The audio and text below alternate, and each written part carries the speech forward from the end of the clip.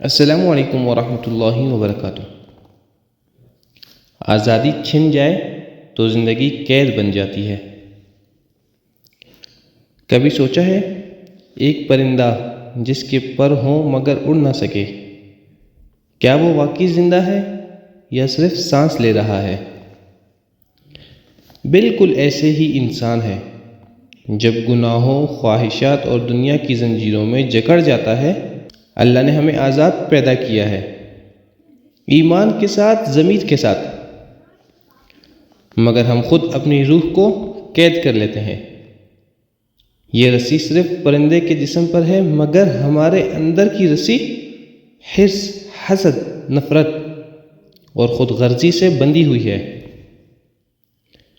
پرندہ چاہتا ہے اڑنا اور انسان چاہتا ہے سکون۔ فرق صرف اتنا ہے کہ پرندے کو آزاد کرو تو وہ آسمان چھو لیتا ہے، اور انسان کو ایمان دے تو وہ جنت پا لیتا ہے۔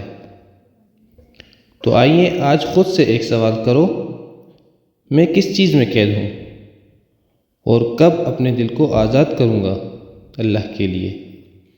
والسلام۔ چینل کو لائک اور سبسکرائب کرنا نہ بھولیے تاکہ ہر نئی آنے والی ویڈیو آپ حضرات تک پہنچ سکے۔